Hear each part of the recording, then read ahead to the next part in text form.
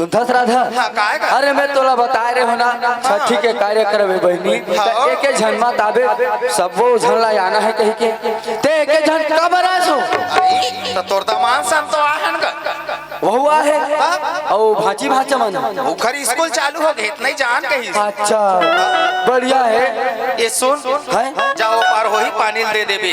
हाँ वो लचकू है असन तो है कोनो डहार लुकाए हुई हाँ हाँ ई छोही ए ले जी पानी ए जोहार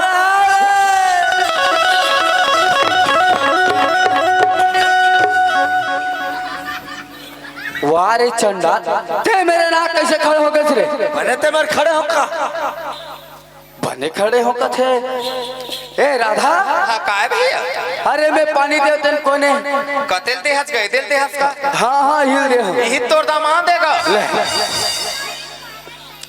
ए मोर भाई ए मोर बहिनी अब ये दमान ए राधा। हाँ काय का अरे गांव में अत्का जड़ मोर मान सम्मान चलत है मोर बहिनी अगर मैं बोल दूं तेन बात करना ही नहीं। अरे मोर मान सम्मान में तुमन पानी डाल दूं का